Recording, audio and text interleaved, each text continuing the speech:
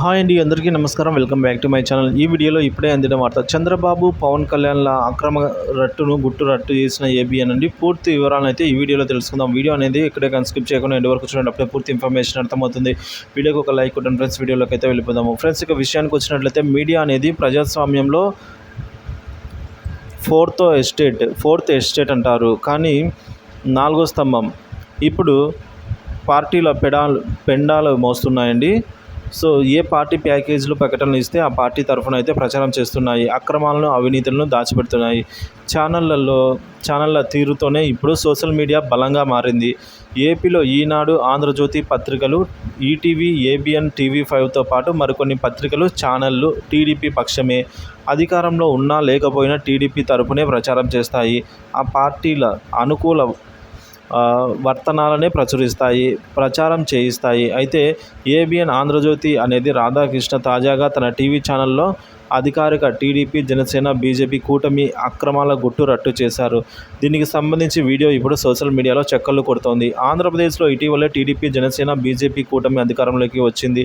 5 ఏళ్ల అధికారాన్ని దూరంగా ఉండి టీడీపీ నేతలు, తొలిసారి అధికారం చేపట్టిన జనసేన నేతలు అధికారాన్ని అడ్డం పెట్టుకుని అక్రమాలకు పాల్పడుతున్నారట, అడ్డగోలుగా దోపిడీకి పాల్పడుతున్నారట, వనరులను కొల్లగొడుతున్నారని వివరించింది. ఈ వీడియోలో కొందరి పేర్లు కూడా బయటపెట్టారు రాధాకృష్ణ గారు. కొంతమంది అక్రమాలను పేర్లను చెప్పకుండా దాచారు.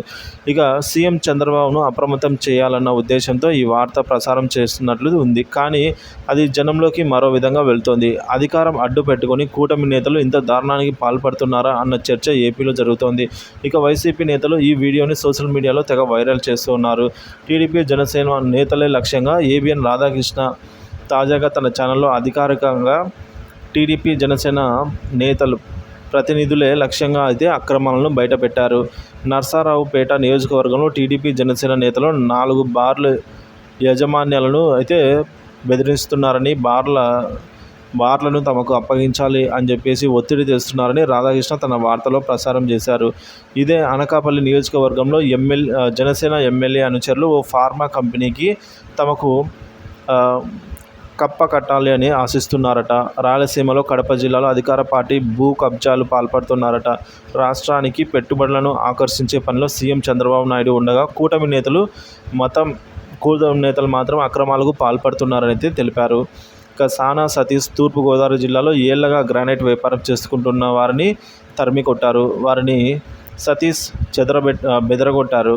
నెల్లూరు జిల్లాలో ప్రైవేటు భూముల్లో సిలికా లభిస్తుంది. భూముల యాజమాన్యాలు వాటిని లీజుకు ఇచ్చి ఆదాయం పొందేవారు. కానీ ఇప్పుడు అధికార కూటమి నేతలు సిలికా వ్యాపారులను తరిమేసి వాటిని కబ్జా చేశారట.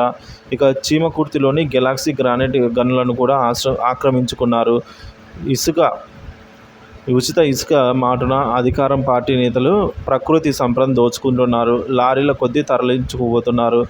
పెట్టుబడులను ఆహ్వానించాలి. ఏపీ తీవ్ర సంక్షోభంలో ఉంది. ఈ క్రమంలో రాష్ట్రాల్లో వ్యాపారుల పెట్టుబడులను ఆహ్వానించాల్సి ఉంది పోయి అధికార పార్టీ నేతలు, పెట్టుబడిదారుల వాళ్ళంతా కూడా పారిపోయేలా వ్యవహరిస్తున్నారనేది రాధాకృష్ణ ఉద్దేశం. దీనిపై చంద్రబాబు నాయుడు కఠినంగా వ్యవహరించాలని సూచిస్తున్నారు. ఇక పెట్టుబడిదారులు స్వేచ్ఛగా వ్యాపారం చేసుకునే అవకాశం కల్పించాలని అయితే సూచించారు. ఇంతవరకు బాగానే ఉన్న ఏబిఎన్లో అధికార నేతల అక్రమాలను ప్రసారం కావడం ఇప్పుడు టీడీపీ, జనసేన నేతలకు మింగుడు పడటం లేదు. తమ అనుకూల మీడియా తనకు బజారుకు ఈడ్చడంపై అయితే వారిని మండిపడుతూ ఉన్నారు. మరి ఈ పరిణామం ఎటు దారితీస్తుందో చూడాలి.